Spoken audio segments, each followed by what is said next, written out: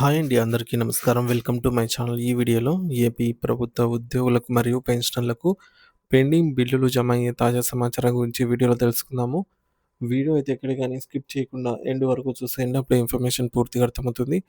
అలాగే వీడియో చూస్తున్న ప్రతి ఒక్కరు వీడియోకి లైక్ చేయండి ఫ్రెండ్స్. ఈ వీడియోని తోటి ఉద్యోగ, పెన్షనర్ మిత్రులతో అయితే షేర్ చేయండి. కొత్తగా మన ఛానల్ చూస్తున్న వారు ఇంకెవరైనా సబ్స్క్రైబ్ చేసుకోకుంటే వెంటనే మన ఛానల్ అయితే సబ్స్క్రైబ్ చేసుకోండి. సో, దీని ద్వారా నేను చేసే ప్రతి ఒక్క వీడియో మీ వరకు రీచ్ అవుతుంది. ఇక ఆలస్యం చేయకుండా వివరాల్లోకైతే వెళ్ళిపోదాము. ఫ్రెండ్స్, ఇక విషయానికొచ్చినట్లయితే ఆంధ్రప్రదేశ్ రాష్ట్ర ప్రభుత్వ ఉద్యోగులు మరియు రిటైర్డ్ పెన్షనర్స్ అందరికీ ప్రస్తుతం అత్యంత ప్రధానమైన మరియు వేల కోట్ల రూపాయలతో ముడిపడి ఉన్నటువంటి పీఆర్సీ చెల్లింపులు, అలాగే డీఏ మరియు డీఆర్ అరియర్స్ అంశంపై సర్వత్రా చర్చ జరుగుతోంది. అసలు ప్రభుత్వం నుంచి మాకు రావాల్సిన బకాయిలు ఎన్నున్నాయి? వాటిలో ఏవి ఇప్పటికే మన ఖాతాల్లో జమ అయ్యాయి? ఇంకా ఏవి కేవలం కాగితాలకే పరిమితమై ట్రెజరీలో బిల్లులు పెట్టడానికి కూడా వీలు లేకుండా ఆగిపోయాయి? అనే ప్రశ్నలే ప్రతి ఒక్కరిని వేధిస్తున్నాయి.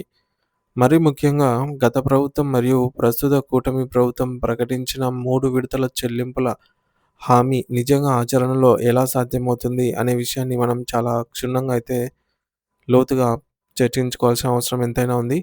ఈ బకాయిల చిక్కుముడిని విడదీయాలి అంటే అసలు రాష్ట్ర ఆర్థిక పరిస్థితి మరియు ప్రభుత్వం అనుసరిస్తున్న విధానాలను 3 ప్రధాన భాగాలుగా విభజించి విశ్లేషించినప్పుడే ప్రతి ఉద్యోగికి తన వాటా ఎంతో అర్థమవుతుంది.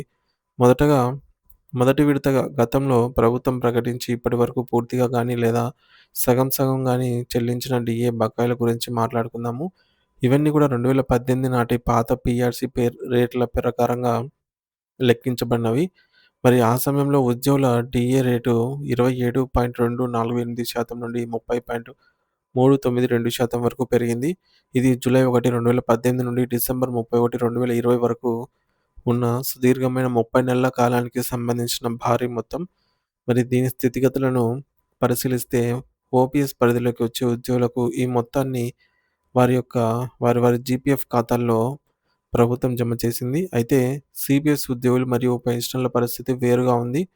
వీరికి రావాల్సిన బకాయిలలో 90% నగదును ఇటీవలే 2026 జనవరి 14న సంక్రాంతి కానుకగా ప్రభుత్వం జమ చేయడం ఒక విశేషం. అంటే చాలా కాలం నిరీక్షణ తర్వాత వీరికి కొంతమేర ఊరట లభించినట్లయింది. ఇక రెండో విభాగంలో సగం వరకు పరిష్కారమై ఇంకా నగదు రూపంలో చేతికి అందకుండా పెండింగ్‌లో ఉండిపోయినటువంటి బకాయిల గురించి తెలుసుకోవాలి. ఇవి ఇవి కూడా పాత పీఆర్సీ 2018 పరిధిలోనివి. ఇక్కడ డీఏ రేట్లు 30.392% నుంచి 33.536% వరకు పెరిగింది. ఈ పెంపు జనవరి 1, 2019 నుంచి జూన్ 30, 2021 వరకు ఉన్న మరో 30 నెలల కాలానికి అయితే వర్తిస్తుంది. సో, మరి ఇక్కడే అసలు సమస్య అయితే మొదలైంది. ఓపీఎస్ ఉద్యోగులకు సంబంధించి ఈ మొత్తాలు ఇప్పటికీ వారి పీఎఫ్ ఖాతాల్లో కనిపిస్తున్నప్పటికీ, సీపీఎస్ ఉద్యోగులకు మరియు పెన్షనర్లకు ఇవ్వవలసినటువంటి 90% నగదు బకాయిలు ఇప్పటికీ ప్రభుత్వం వద్దే ఆగిపోయాయి. మరి దీనివల్ల వేలాది మంది పదవీ విరమణ చేసిన వారు ఆర్థికంగా నష్టపోతున్నారు, ఇబ్బందులు ఎదుర్కొంటున్నారు. మరి దీనికి సంబంధించి అదనంగా జూలై 2021 నాటి ఒక్క నెల బకాయి కూడా ఇంకా అనేక మందికి చెల్లించాల్సి ఉండటం గమనార్హం. ఇక మూడవ అంశం అత్యంత క్లిష్టమైన పీఆర్సీ అరియర్స్‌తో ముడిపడి ఉన్నటువంటి డీఏ బకాయిలు. ప్రభుత్వం వీటిని విడిగా కాకుండా కొత్త పీఆర్సీ అమలు చేసే సమయంలోనే కలిపి ఇస్తామని గతంలోనే స్పష్టం చేసింది.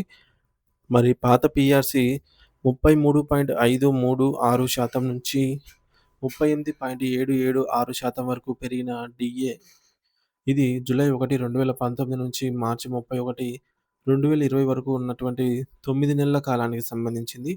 అలాగే కొత్త పీఆర్సీ 2022 అమల్లోకి వచ్చిన తర్వాత జూలై 1, 2021 నుండి డిసెంబర్ 31, 2021 వరకు ఉన్నటువంటి బకాయిలు కూడా ఇందులోనే చేర్చారు. విచారకరమైన విషయం ఏమిటంటే, ఈ బకాయిల చెల్లింపులపై ఇప్పటివరకు ఎటువంటి స్పష్టమైనటువంటి షెడ్యూల్ గానీ, నిధుల కేటాయింపు గానీ జరగలేదు. ఇది ఉద్యోగ వర్గాల్లో పెద్ద ఎత్తున అసంతృప్తిని కలిగిస్తోంది. మధ్యలో కోవిడ్ మహమ్మారి కాలం ఉద్యోగుల ఆర్థిక ప్రయోజనాలపై తీవ్ర ప్రభావం చూపింది. కేంద్ర ప్రభుత్వం ఆ సమయంలో దేశ ఆర్థిక పరిస్థితిని దృష్టిలో ఉంచుకొని డీఏలను ఫ్రీజ్ చేసినట్లే మన రాష్ట్ర ప్రభుత్వం కూడా జనవరి 2020, జూలై 2020 మరియు జనవరి 2021 కాలానికి సంబంధించిన 3 డీఏలను కూడా పూర్తిగా రద్దు చేసింది. ఈ 3 డీఏలకు సంబంధించి ఎలాంటి బకాయిలు కూడా భవిష్యత్తులో కూడా చెల్లించబడవని ప్రభుత్వం తేల్చి చెప్పేసింది. ఇది ఉద్యోగులకు కోలుకోలేని ఆర్థిక దెబ్బ అనే చెప్పాలి.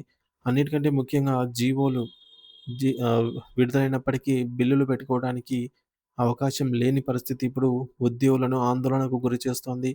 2022 కొత్త పీఆర్సీ ప్రకారం ప్రభుత్వం స్కేల్స్ మార్పుపై ఉత్తర్వులు ఇచ్చింది కానీ, ట్రెజరీ సాఫ్ట్‌వేర్‌లో బిల్లులు సమర్పించేందుకు ఆప్షన్ ఇవ్వకపోవడంతో ఓపీఎస్, సీపీఎస్ మరియు పెన్షనర్లకు ఎవరికీ కూడా రూపాయి కూడా అందలేదు.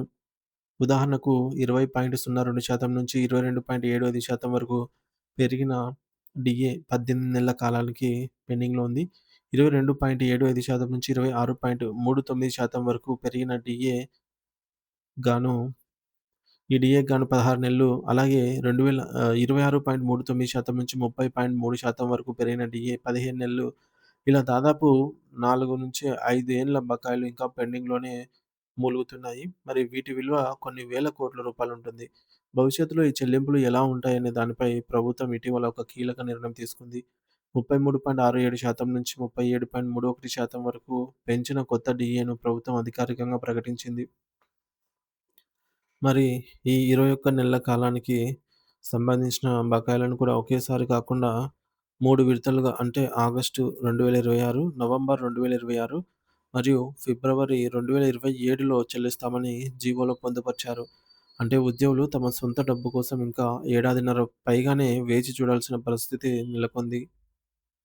సో, మొత్తంగా చూస్తే ఓపీఎస్ ఉద్యోగులకు పాత బకాయి పాత బకాయిలు పీఎఫ్ రూపంలో సర్దుబాటయినా 2022 తర్వాత రావాల్సిన ఒక్క డీఏ కూడా నగదుగా రాలేదు. ఇక సీపీఎస్ ఉద్యోగులకు మరియు పెన్షనర్ల పరిస్థితి మరీ అగమ్యగోచరంగా ఉంది.